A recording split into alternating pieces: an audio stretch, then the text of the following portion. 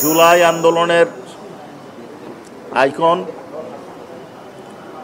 প্রথম শহীদ আবু সাঈদের মামলার সাক্ষ্য গ্রহণ শুরুর দিন ধার্য ছিল।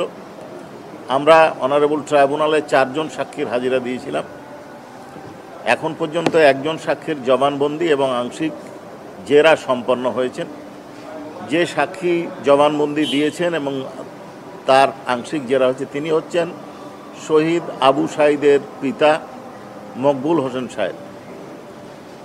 ওনার বয়স 85। উনি ঘটনার সময় মাঠে কাজ করছিলেন, বাসায় এসেছেন, বাসায় এসে ঘটনা শুনেছেন। তার 2 ছেলে এবং জামাইকে লাশ আনতে পাঠিয়েছিলেন। লাশ 3টার পরে নিয়ে আসা হয়েছে। প্রথমে লাশ দিতে চায়নি,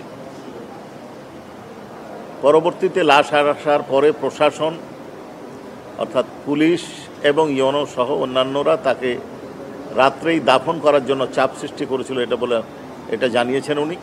তবে শেষ পর্যন্ত সকাল 9টায় উনি ওনার ছেলের 2বার জানাজা শেষে পারিবারিক গোরস্থানে দাফন করা হয়েছে।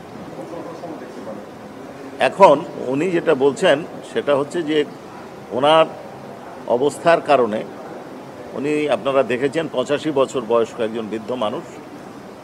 ওনার আকাঙ্ক্ষা ছিল যে ওনার ছেলে চাকরি করবে, উনি এটা দেখে যাবেন, কিন্তু উনি এটা দেখতে পারেননি। এখন ওনার আকাঙ্ক্ষা হচ্ছে যে উনি ওনার ছেলে হত্যাকাণ্ডের বিচার দেখে যেতে চান। এই কথাগুলোই অনারেবল ট্রাইব্যুনালে উনি উপস্থাপন করেছেন। এবং গোসলের বিষয়ে যেটা আসছে আপনারা দেখেছেন যে উনি যেটা বলছেন যে ওনার ছেলের গোসল করার সময় দেখতে গেছিলেন, কিন্তু ওনার অবস্থা বিবেচনা করে এক নজর বা একবার ওনাকে 1 মিনিটের মতো দেখতে দেওয়া হয়েছে, তারপর ওনাকে সরিয়ে নেওয়া হয়েছে। এই কারণে ওনার ছেলের সামগ্রিক অবস্থাটা উনি কটায় জখম ছিল, মোট কটা জখম ছিল, কীভাবে জখম হয়েছে এই বিষয়গুলো উনি বলতে পারেন। হ্যাঁ, রক্তাক্ত অবস্থায় চেয়েছেন। উনি 3 জন ব্যক্তির নাম বলেছেন। এই মামলা যে 30 জন আসামি আছে তাদের মধ্যে 3 জনের বলেছেন।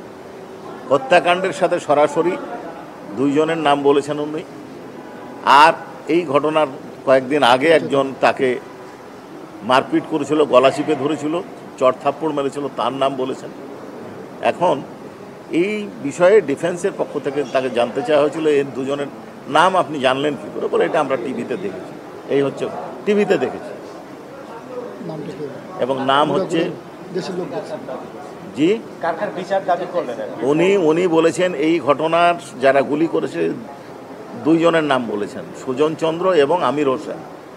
আর পমেল বড়ুয়া তার ছেলেকে চড় থাপ্পড় মেরেছে, গলা টিপে ধরেছে, এটা বলেছেন। এবং এই ঘটনার সাথে যারা জড়িত সকলেরই বিচার চেয়েছেন এবং বিচারটা উনি চাচ্ছেন যে ওনার জীবদ্দশাতেই যেন সম্পন্ন হয়।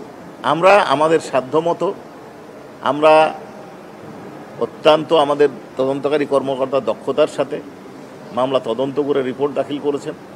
আমাদের প্রসিকিউশন টিম ফর্মাল চার্জ দাখিল করেছেন এবং উইদাউট ডিলে, আনডিউ ডিলে আমরা সাক্ষ্য গ্রহণ শুরু করেছি।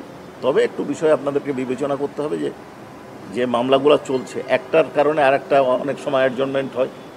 এসব পারিপার্শ্বিক অবস্থা বিবেচনা করতেই হয়। তবে আমরা দৃঢ়তার সাথে বিশ্বাস করি রিজনেবল টাইমের মধ্যে, আনডিউ ডিলে হবে না, রিজনেবল টাইমের মধ্যে মামলা নিষ্পত্তি হবে।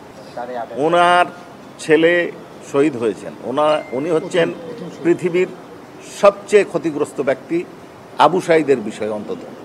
তো ওনার চাওয়াটা মূল্যায়ন করা ছাড়া অবমূল্যায়নের কোনো সুযোগ আমাদের কাছে নাই। পোস্টমর্টম রিপোর্ট বা আগের বক্তব্যেরগুলো দেখেছেন, 2টো ঘটনা আছে এখানে। এই ঘটনার আগেই তাকে একবার মারপিট করা হয়েছিল, সেইটার জখম ছিল। না ওই দিনই, ওটা দেখবেন আপনারা আছে। আমরা 4 জন বলেছি, প্রথমে 4 জন উপস্থাপন করেছি। এখন অনারেবল ট্রাইব্যুনালের কয়জন সাক্ষী নেওয়া যায় এটা এত তাড়াহুড়ো করে বলা যাবে না। আমরা সাক্ষ্য প্রমাণ দিই, আমরা প্রয়োজনের সংখ্যক বেশি নেব না, প্রয়োজনীয় দিনেরও বেশি নেব।